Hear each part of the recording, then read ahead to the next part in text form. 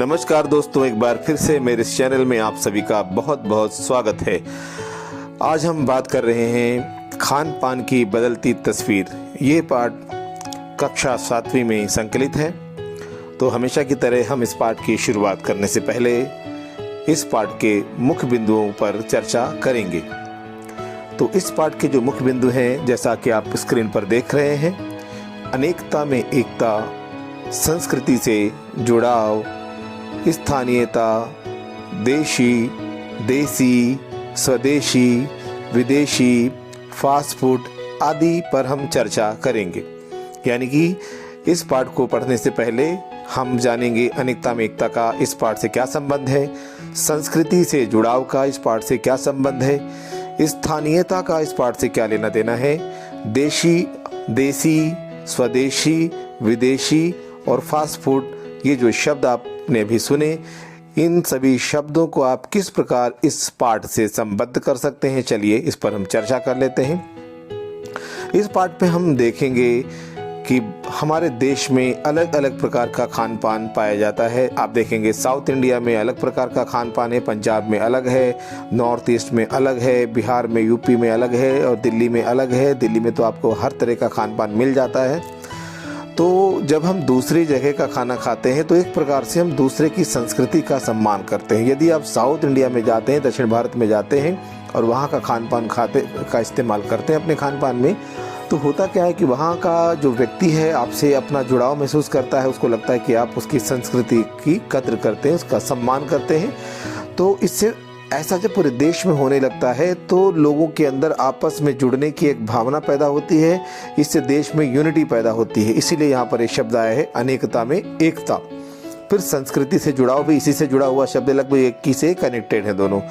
यानी जब आप अपनी संस्कृति को दूसरी जगह लेकर के जाते हैं और वहाँ की संस्कृति को अपना लेते हैं, उदाहरण के लिए अगर साउथ इंडिया का व्यक्ति पंजाब में जाता है तो वहाँ का खान पान इस्तेमाल करता है, वहाँ का खाना खाता है, और कोई यहाँ का व्यक्ति जो है पंजाब का या राजस्थान का यानी नॉर्थ इंडिया का कोई व्यक्ति जब साउथ इंडिया में जाता है तो वहाँ का खान पान इस्तेमाल करता है। तो यानी एक तरह से वो वहाँ की संस्कृति से जुड़ जाता है और इससे कल्चरल इंटरेक्शन होता है, यानी सांस्कृतिक आदान प्रदान होता है। हम एक दूसरे के प्रति एक दूसरे की संस्कृति का सम्मान करना सीखते हैं, जो कि एक देश के लिए, कम से कम हमारे देश के लिए बहुत ज़रूरी है, जहाँ पर विभिन्न प्रकार की संस्कृतियाँ पाई जाती हैं। आप देखते हैं यहाँ पर आप देखेंगे कर्नाटक की संस्कृति अलग है, तमिलनाडु की थोड़ी सी अलग हो जाएगी, तेलंगाना की थोड़ी अलग हो जाएगी, फिर ऊपर अब महाराष्ट्र की थोड़ी अलग होगी, राजस्थान की अलग होगी। यानी जो कल्चरल वेरिएशन जो हमारा कल्चरल वेरिएशन जो मिलता है, यानी सांस्कृतिक जो विभिन्नता है हमारे देश की, वो सबसे बड़ी विशेषता भी है। फिर हम बात करेंगे स्थानीयता यानी कि लोकल।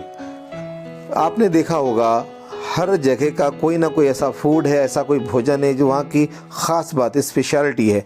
तो वहाँ का जो मशहूर जो भोजन है, जैसे आगरा का पेठा मशहूर है, मथुरा के पेड़े मशहूर हैं, उसी प्रकार से दिल्ली में भी आपने देखा होगा, भारत के अलग अलग कोनों में भी देखा होगा, कोई ऐसी दुकान है, किसी की कचौड़ी मशहूर है, किसी का वहाँ का नॉनवेज बहुत मशहूर है, किसी की चाउमीन मशहूर है। यानी कोई ना कोई एक ख़ास चीज़ होती है जो बड़ी मशहूर होती है। तो उस चीज़ को यहाँ पर इस पाठ में हम स्थानीयता के नाम से जानते हैं। इसके अलावा इसका एक और अर्थ है, जो चीज़ जहाँ पर जिसका इन्वेंशन हुआ है, जहाँ पर डिस्कवरी हुई है, यानी जहाँ पर जो चीज़ उत्पन्न हुई है, जहाँ से उस चीज़ के बनने की शुरुआत हुई है, वहाँ के लिए वो लोकल है, वहाँ के लिए स्थानीय है। उसके बाद लोगों ने उसके बारे में जाना और अलग अलग देशों में, अलग अलग राज्यों में, अलग अलग जगह जब वो चीज़ पहुँच जाती है तो वो मशहूर हो जाती है, दूसरे लोग भी इस्तेमाल करते हैं, ठीक है, लेकिन जहाँ पर उत्पन्न हुई है वहाँ के लिए वो स्थानीय रहती है। ठीक है, उदाहरण के लिए अगर आप साउथ इंडिया में जाते हैं तो वहाँ के लिए जो आप इडली डोसा, वो उनका रोज़ का नाश्ता, लंच ब्रेक और डिनर सब उनका चलता है, क्योंकि उनके लिए वो लोकल है। आप रोज़ नहीं खाएंगे। आप कई बार क्या, कभी आप बाहर गए, रेस्टोरेंट में घूम लिया, कई बार सुबह सुबह आपने कभी कभार ओकेशनली आप उसको बना लेते हैं। लेकिन आपका जो खाना है, यहाँ पर दाल राइस खाता है, कोई छोले भटूरे खाता है, कोई छोले कुलचे खाता है, कोई दाल मखनी खाता है, यानी जो यहाँ का खाना है यहाँ के लिए स्थानीय हो जाता है। खाने को तो बहुत सारे लोग कुछ भी खा सकते हैं, इस पर कोई रोक नहीं, अच्छी बात है, इससे हम एक दूसरे की संस्कृति का सम्मान सीखते हैं। लेकिन हम यहाँ पर बात करें स्थानीयता, यानी कि जो वस्तु जहाँ की है, जहाँ से वो ओरिजिनली निकली है, उसको वहाँ की स्थानीय चीज़ बोलते हैं। फिर हम बात करेंगे देशी।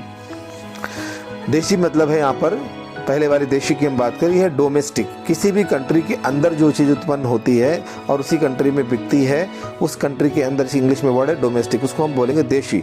दूसरा शब्द है देसी। देखिए सा का अंतर है। अब देसी का सीधा सा अर्थ है, सिंपल से शब्दों में समझिए, प्योर, जो बिल्कुल प्योर होता है, जिसमें केमिकल की कोई मिलावट नहीं होती, केमिकल की ज़रूरत भी नहीं होती है। मान लीजिए किसी के यहाँ बहुत सारी भैंस है, गायें हैं, पली हुई हैं, तो उसके यानी कि जो देसी होता है उसको बेचना उसका उद्देश्य नहीं, अतिरिक्त निकल आया, यानी जो जितनी ज़रूरत थी उसके अलावा जो बच गया तो उसने आसपास के किसी व्यक्ति को दे दिया, पैसे ले लिए, यानी उसका मुख्य बिजनेस नहीं है, एक्स्ट्रा हो गया दे दिया, तो उसको मिलावट करने की आवश्यकता नहीं, वो वही शुद्ध रूप में बेच देगा, तो वो देसी है, बिल्कुल प्योर है, कोई मिलावट नहीं है। अब इसी को व्यक्ति, किसी ने आकर के उसको बोला कि आपका खाना बहुत अच्छा है, आप इसे आपने देखो, आपने इसमें इसे दूध से आपने पनीर बना लिया है, दूध से आपने मिठाई बना ली है, दूध से आप दही भी बना सकते हो, तो कोई इसको सजेशन देता है कि आप इस तरह से तो आप अपनी दुकान खोल लो, इतना अच्छा आप बनाते हैं, तो जो देसी है वो स्वदेशी बन जाएगा, यानी कि फिर उसको एक बिजनेस के रूप में इस्तेमाल करेगा और वहाँ पर एक दुकान खोल लेगा और वहाँ आसपास के लोग जो हैं उसको वहाँ से खरीदेंगे। क्यों? क्योंकि वो शुद्ध है। यानी कि देसी तब तक था जब तक वो क्या कर रहा था, अपना सामान वहाँ पर वो अतिरिक्त था, जो एक्स्ट्रा था उसने बेच दिया और पैसे ले लिए, लेकिन उसका मुख्य वो बिजनेस नहीं है। लेकिन जब इसी शुद्धता को एक बिजनेस के रूप में अपना लेगा, लेकिन ध्यान रखना केमिकल का इस्तेमाल नहीं करेगा ये व्यक्ति, तो ये स्वदेशी कहलाएगा। स्वदेशी नहीं, स्वदेशी, यानी बिल्कुल शुद्ध हो जाएगा ये। और इसमें शुद्धता सबसे ख़ास बात है, याद रखना, इसमें केमिकल यानी रसायन का इस्तेमाल नहीं होता है। सबसे ख़ास बात स्वदेशी की, जो वस्तु जहाँ उत्पन्न होती है उसी के आसपास के एरिया में ही उसका वितरण होता है, उसका डिस्ट्रीब्यूशन होता है, यानी उसके कस्टमर भी वहीं होते हैं। आप देखिए होटल्स जो होते हैं हमारे आसपास के, जो चाहे वो कोई ढाबा हो, जो रेस्टोरेंट हो, वहाँ पर वो क्या करते हैं, आपने देखा होगा, खाना वहीं पर बनाते हैं, 5-7 किलोमीटर के एरिया में सप्लाई करते हैं। अब ऐसा तो नहीं है कि आप जो खाने का खाना आप रहते दिल्ली में पंजाब से मंगाएंगे, अगर पंजाब से मंगाएंगे भी तो आप अगर कोई ऐसा कोई दावा करता है तो उसमें फिर वो प्रिजर्वेटिव यूज़ करेगा, केमिकल का इस्तेमाल करेगा।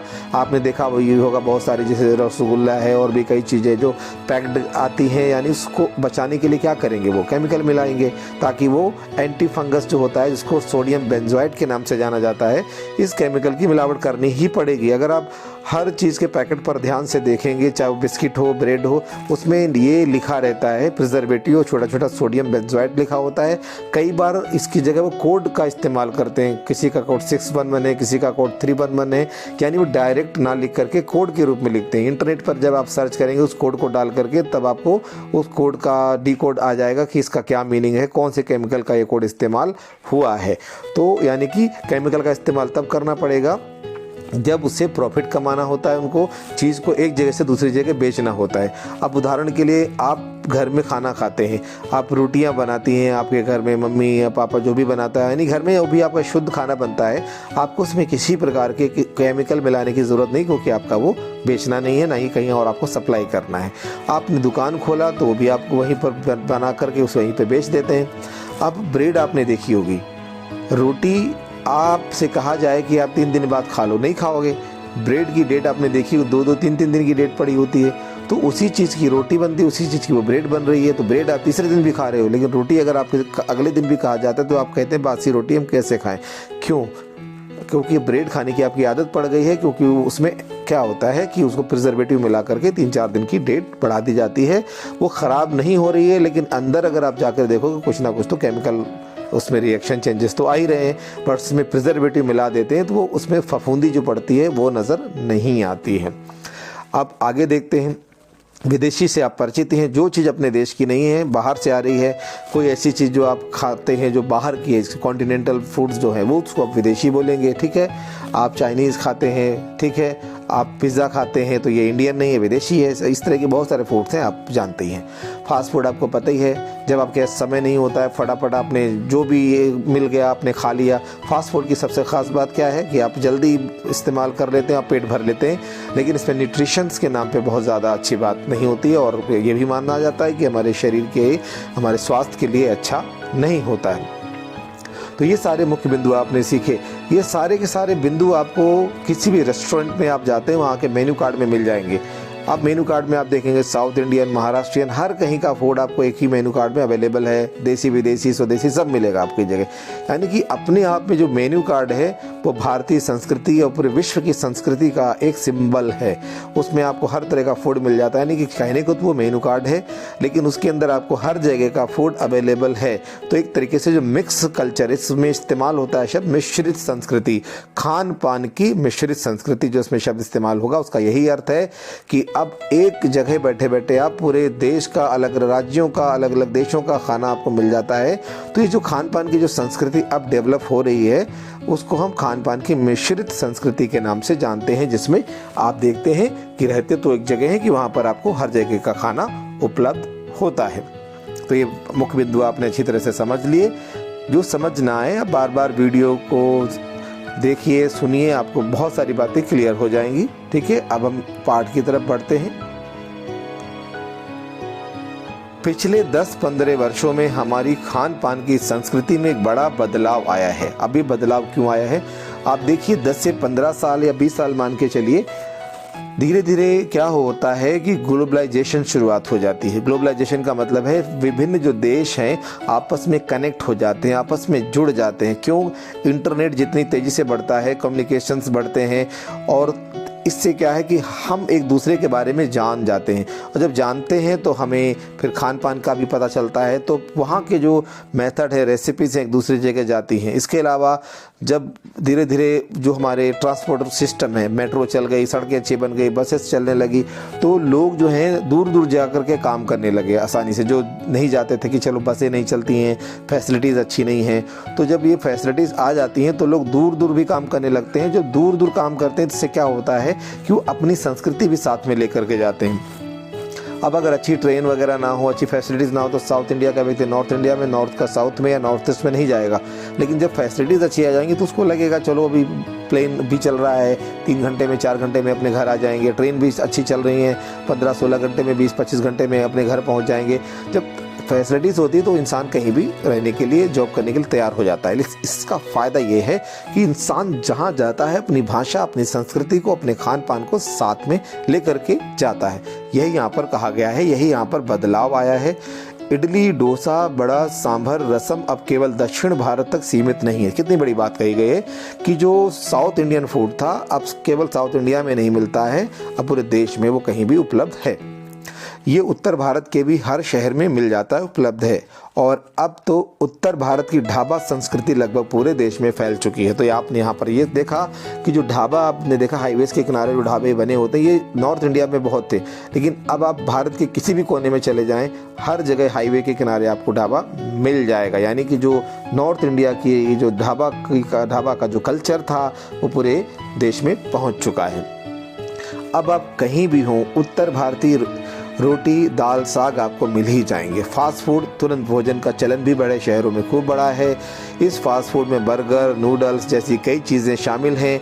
एक ज़माने में कुछ ही लोगों तक सीमित चाइनीज़ नूडल्स अब संभवतः किसी के लिए अजनबी नहीं रहे। यानी इसकी कुछ लोगों तक सीमित का मतलब पहले बहुत महंगा होता था, अच्छे रेस्टोरेंट में मिलता था, गरीब लोग नहीं यूज़ कर पाते थे, नहीं खा पाते थे। आप देखते हो रेडी पे जगह जगह वीकली मार्केट में भी अवेलेबल चाउमीन वगैरह मिल जाती है, 5 रुपये, 10 रुपये, 20 रुपये। यानी अब आसानी से सब लोग उसको इस्तेमाल कर पा रहे हैं। 2 मिनट्स नूडल्स के पैकेट बंद रूप से तो कम बच्चे बूढ़े सभी परिचित हो चुके हैं। मैगी वगैरह की बात की जा रही है। इसी तरह नमकीन के कई स्थानीय प्रकार अभी तक भले मौजूद हों, लेकिन आलू चिप्स के कई विज्ञापित रूप तेज़ी से घर घर में अपनी जगह बनाते जा रहे हैं। इसका अर्थ है कि आपके आसपास कई लोग जो नमकीन वगैरह बनाते हैं, स्नैक्स बनाते हैं, वो लोग तो हैं, ठीक है, वो बनाते हैं, लेकिन इसके साथ साथ चिप्स वगैरह के जो ब्रांडेड है, वो ब्रांड से बड़े बड़े हैं, वो भी हमारे सामने आ रहे हैं। विज्ञापित का मतलब है जिनका ऐड आता है, जिनका एडवर्टाइजमेंट टीवी पर आता है, विज्ञापन आप देखते हैं, उनकी बात हो रही है। वो भी अब सब लोग जानने लगे, वो भी लोग खरीदते हैं।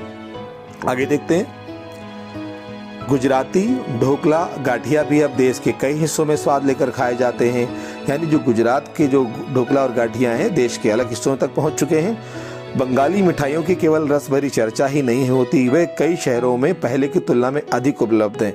यानी कि जो बंगाल की जो मिठाइयाँ हैं, वहाँ के जो रसगुल्ले वगैरह हैं, उसके बारे में लोग सिर्फ बात ही नहीं करते, अब तो आसानी से उनके आसपास ये उपलब्ध है।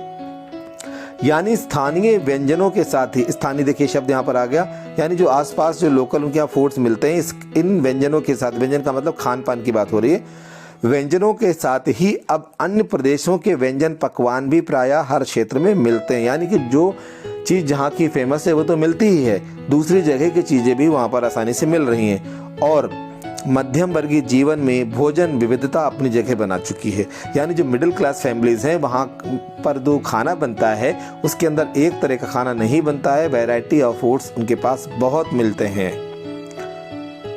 कुछ चीज़ें और भी बदली हुई हैं, मसलन मतलब फॉर एग्जाम्पल्स, अंग्रेजी राज तक, अंग्रेजियों का जब राज था, जो ब्रेड थी केवल सहाबी ठिकानों तक सीमित, यानी जो अमीर लोग थे उन तक ही थी, वह कस्बों तक पहुंच चुकी है, यानी छोटे छोटे गांव तक पहुंच चुकी है। और नाश्ते के रूप में लाखों करोड़ों भारतीय घरों में सेकी तली जा रही है, यानी उसको अलग अलग फॉर्म में लोग उसको इस्तेमाल करते हैं। खान पान की इस बदली हुई संस्कृति से सबसे अधिक प्रभावित नई पीढ़ी हुई है। यानी कि जो कल्चर ये बदल रहा है, इस कल्चर का सबसे ज़्यादा जो इम्पैक्ट, सबसे ज़्यादा जो प्रभाव पड़ा है वो आज की यंग नई जनरेशन पर ज़्यादा पड़ा है, जो पहले के स्थानीय व्यंजनों के बारे में बहुत कम जानती है। यानी कि जो पुराने जो हमारा पारंपरिक खान पान है उसके बारे में चाहे ना जानती हो, पर कई नए व्यंजनों के बारे में बहुत कुछ जानती है। उनसे पूछ लो, पिज़्ज़ा बर्गर नूडल सब जानते हैं, अगर पुराने खानों के बारे में पूछ लो उनको नहीं पता है। स्थानीय व्यंजन भी तो अब घटकर कुछ ही चीज़ों तक सीमित हो गए। यानी कि जो लोकल फूड्स थे वो अगर 10 थे तो अब 2-4 ही बचे हैं, बाकी के 6-7 विदेशी फूड आ गए हमारे पास।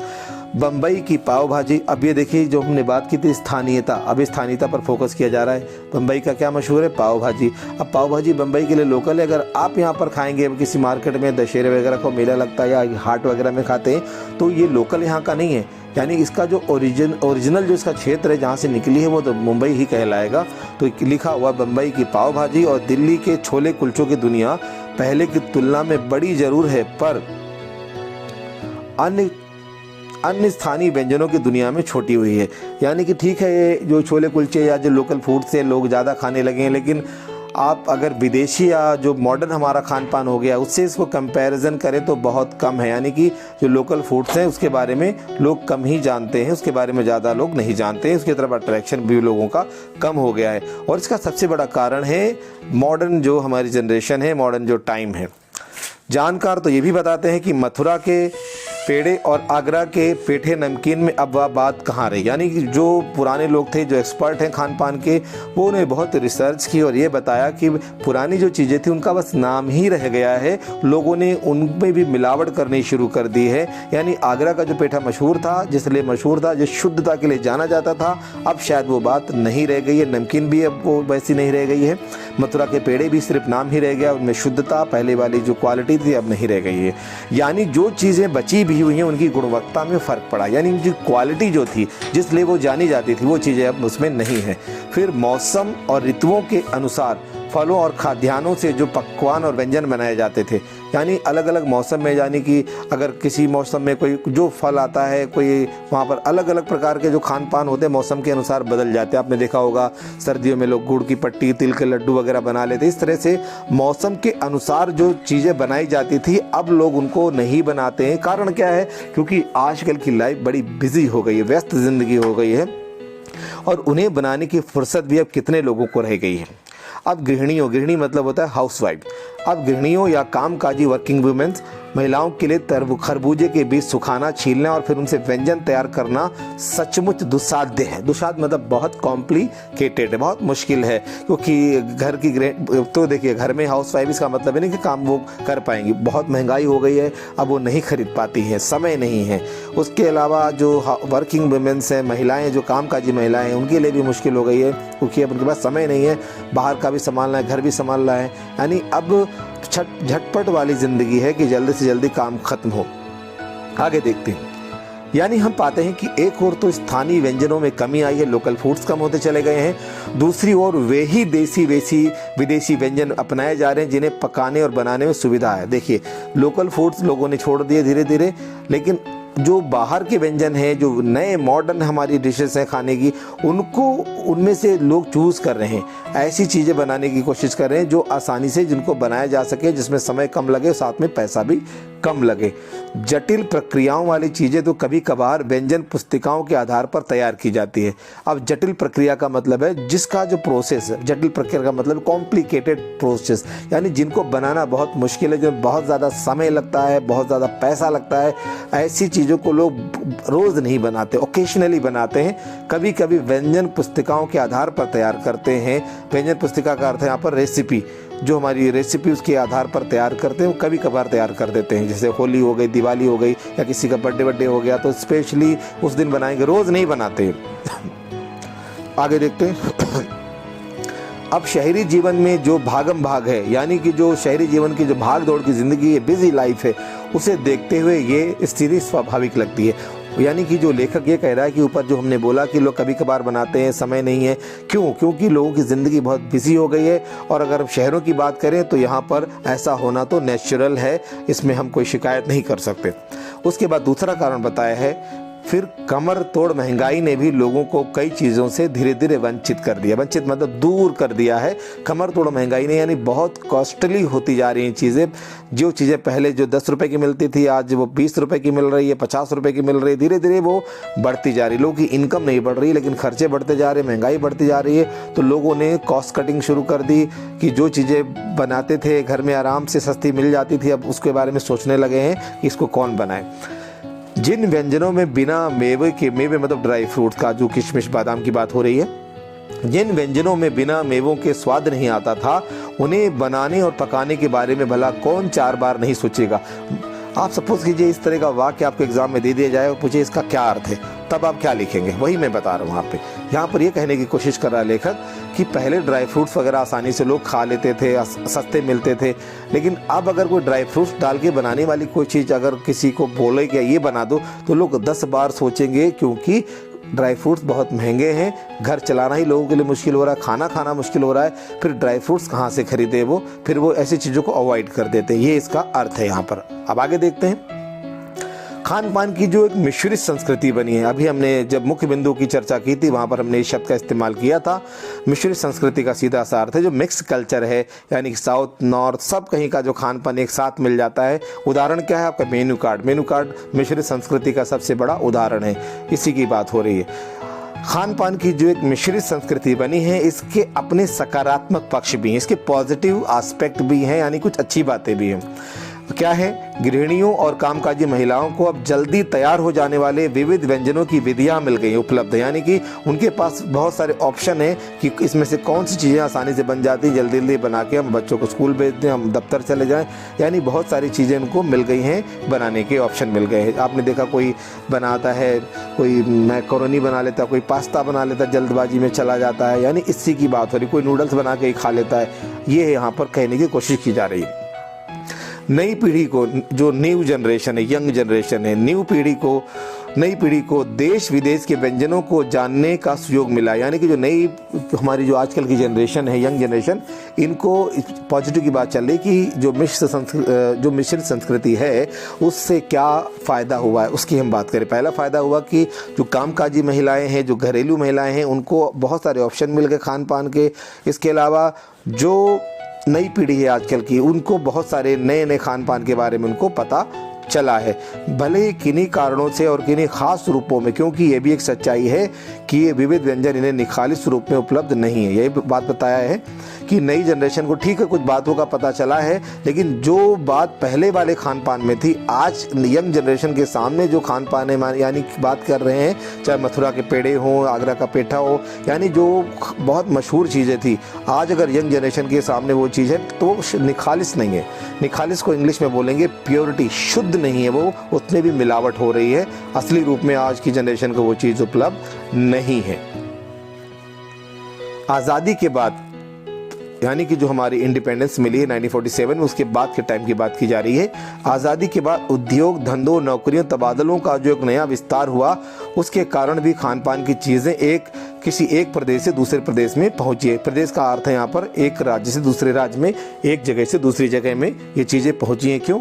आज़ादी के बाद बहुत सारी इंडस्ट्री लगाई गई और जॉब दी गई, तबादले मतलब ट्रांसफ़र हुए लोग, जैसे मैंने शुरू में बताया, लोग दूसरी जगह जॉब करने जाने लगे, सड़कें बन गई, यानी किसी ना किसी वजह से लोगों का इंटरेक्शन बढ़ गया, इधर उधर लोग जाने लगे। इससे भी लोग अपना कल्चर दूसरी जगह लेकर के गए हैं।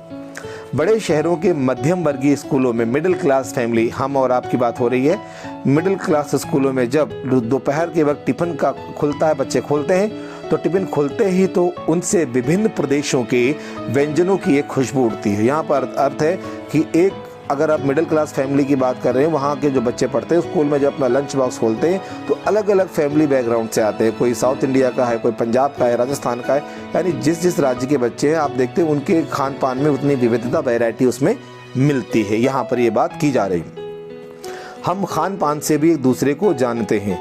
इस नज़रिए से देखें तो खान पान की नई संस्कृति में हमें राष्ट्रीय एकता के नए बीज मिल सकते। कहा जाता है कि किसी भी व्यक्ति के दिल को जीतने के लिए आप उसको अच्छा खाना खिला दें, उसके खाने का सम्मान कर दें, आप उसकी भाषा में बात करें, तो ये जो 2-3 बातें हैं इससे आप किसी का भी दिल जीत सकते हैं। उदाहरण के लिए आप साउथ इंडिया में जाते हैं, अगर आप वहाँ पर जाकर के तमिल में बात करते हैं, तमिल में बात कीजिए तो उनको अच्छा लगेगा।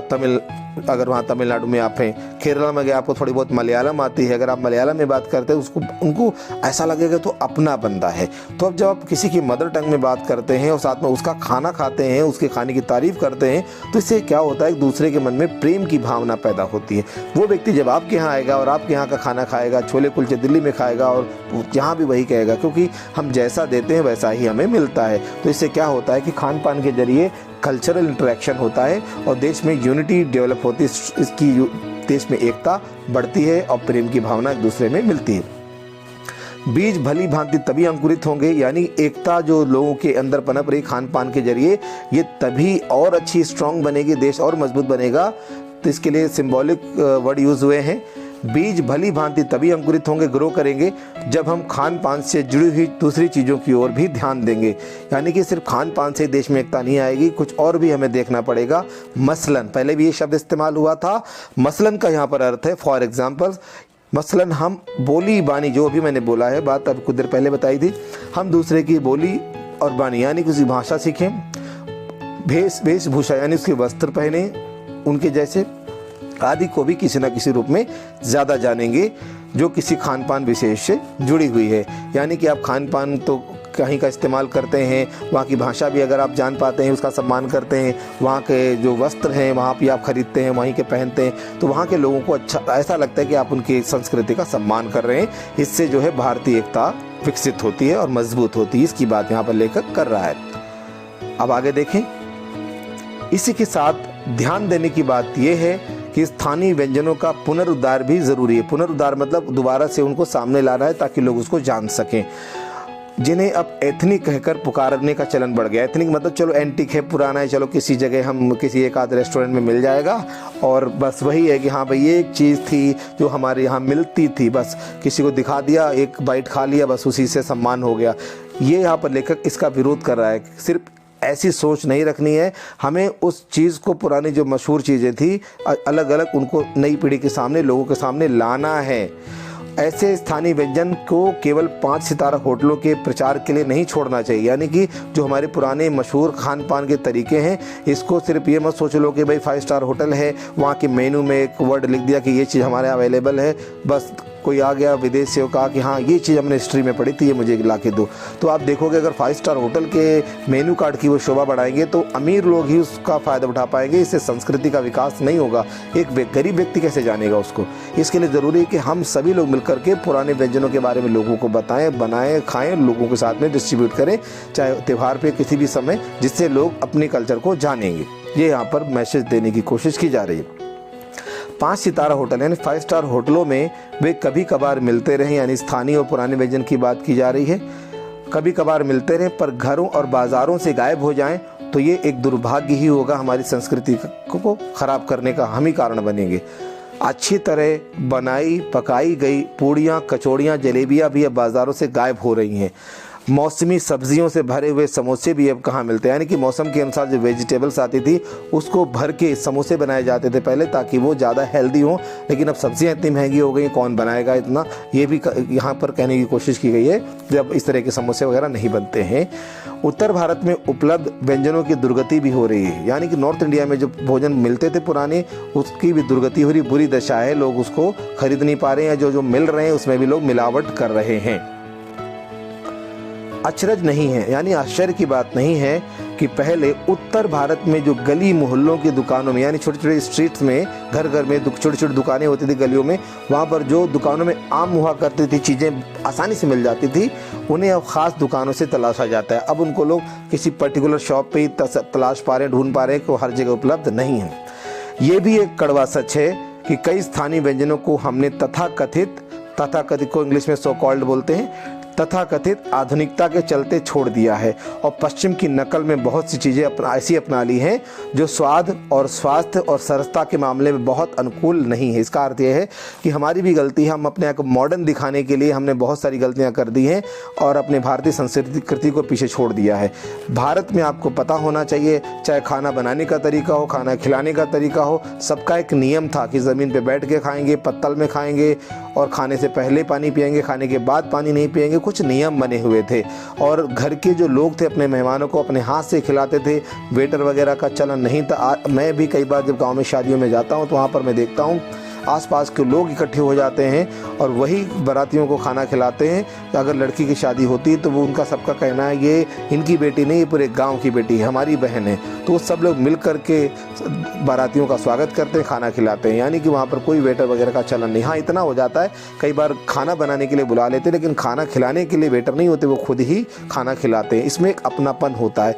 तो ये बताया जा रहा है इसके अंदर कि हमने स्थानीय व्यंजनों को छोड़ दिया है, अपने आप को मॉडर्न साबित करने के लिए, आधुनिकता अपनाने के लिए, और पश्चिम की नकल, वेस्टर्न कल्चर को अडॉप्ट करने के लिए हमने बहुत सी चीज़ें छोड़ दी है और ऐसी चीज़ें अपना ली है जो हमारी बॉडी के लिए, हमारे शरीर के लिए स्वास्थ्यवर्धक नहीं है, हेल्दी नहीं है, नुकसानदायक हैं। ये यहाँ पर कहने की कोशिश लेखक कर रहा है। हो ये भी रहा है कि खान पान की मिश्रित संस्कृति में हम कई बार चीज़ों का असली और अलग स्वाद नहीं ले पा रहे हैं। अक्सर प्रीति भोज आदि जो पार्टी होती हैं, शादी पार्टी की बात हो रही है, प्रीति भोजों और पार्टियों में एक साथ ढेरों चीज़ें रख दी जाती है। आपने देखा होगा बहुत सारे खान पान उसमें रखे जाते हैं जो एक दूसरे से बिल्कुल अपोजिट होते हैं, लेकिन लोग सब एक साथ खा लेते हैं। पता नहीं दोबारा उनको मिलेगा या नहीं मिलेगा, या सोचते हैं कि पता नहीं कितने दिन बाद पार्टी में जाएं। मतलब एक आदत सी हो गई है कि दूसरी बात ये भी सोचते हैं कि अब यहाँ पर हम दोस्तों के साथ बैठना होता है उनको, तो एक साथ ही ले आते हैं, चाहे वो एक साथ दो विपरीत खाना भी वो ले आते हैं और बैठ के दोबारा कौन जाएगा लेने के लिए।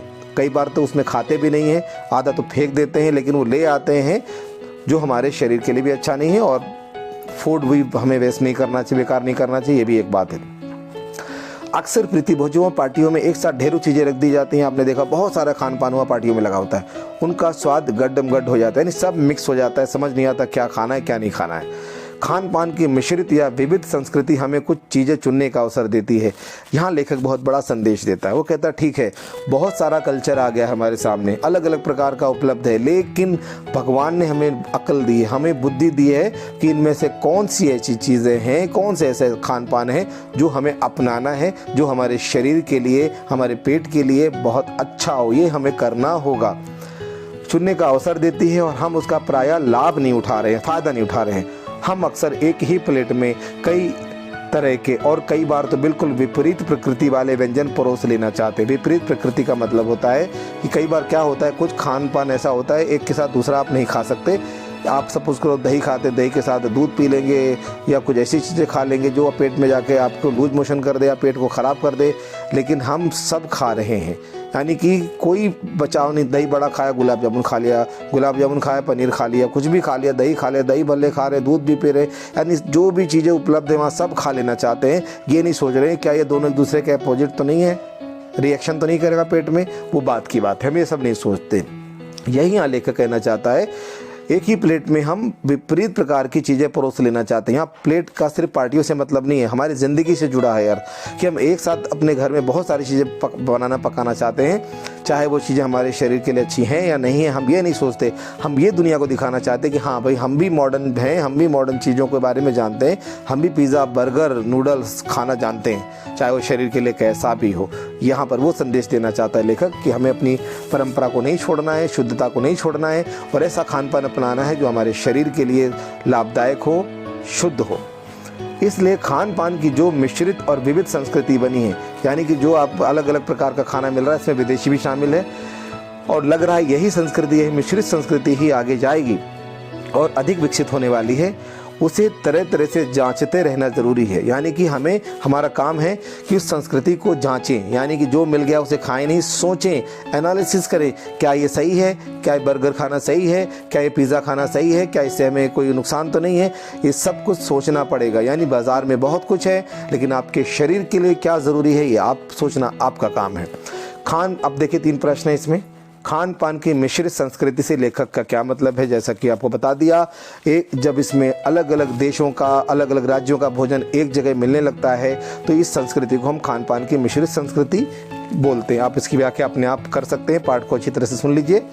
खान पान के बदलाव के कौन से फ़ायदे हैं, जो मैंने बता दिया कि लोगों के पास जो कामकाजी महिलाएं हैं और जो युवा पीढ़ी है उसके पास बहुत सारे ऑप्शन हैं, क्योंकि उनके पास समय नहीं है, इसलिए बहुत सारे ऑप्शन मिल जाते हैं खाना बनाने के। लेकिन लेखक से चिंतित क्यों है? इसलिए क्योंकि हमारे स्वाद के लिए तो अच्छी है लेकिन शरीर के लिए अच्छी नहीं है और साथ साथ वो उसमें न्यूट्रिशन यानी पोषण नहीं है उसके अंदर।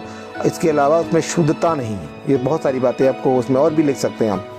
खान पान के मामले में स्थानीयता का क्या अर्थ है, यानी कि जो वस्तु जहाँ से उत्पन्न हुई है और शुद्ध रूप में मिलती है वहाँ की वो स्थानीय है। स्थानीयता का अर्थ यही है। उदाहरण के लिए बम्बई की अगर पाव भाजी है तो वहाँ के लिए स्थानीय, दिल्ली के छोले कुलचे यहाँ के लिए स्थानीय हो जाएंगे, मथुरा के पेड़े और आगरा का पेठा वहाँ के लिए स्थानीय है। बेचने को आप कहीं भी बेचते रहे लेकिन जो चीज़ जहाँ से उससे शुरुआत हुई है वहाँ के लिए स्थानीय ही कहलाएगी। ठीक है, तो मुझे लगता है आपको अच्छी तरह से पाठ समझ में आ गया होगा।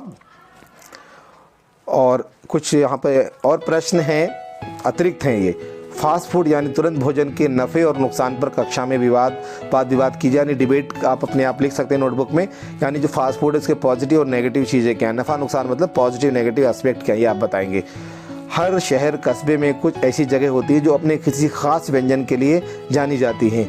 आप अपने शहर कस्बे का नक्शा बनाकर उसमें ऐसी सभी जगहों को दर्शाइए, यानी मैप बनाइए और उसमें ये बताइए कि कौन सी जगह पर कौन सी चीज़ है बहुत मशहूर है जो खाने के लिए लोग दूर दूर से आते हैं। ये आप अपने आप लिख सकते हैं। खान पान के मामले में शुद्धता, प्योरिटी का मसला यानी मामला, इश्यू बहुत पुराना है। आपने अपने अनुभव में इस तरह की मिलावट को आपने देखा होगा जो एडल्ट्रेशन करते हैं, मिलावट करते हैं।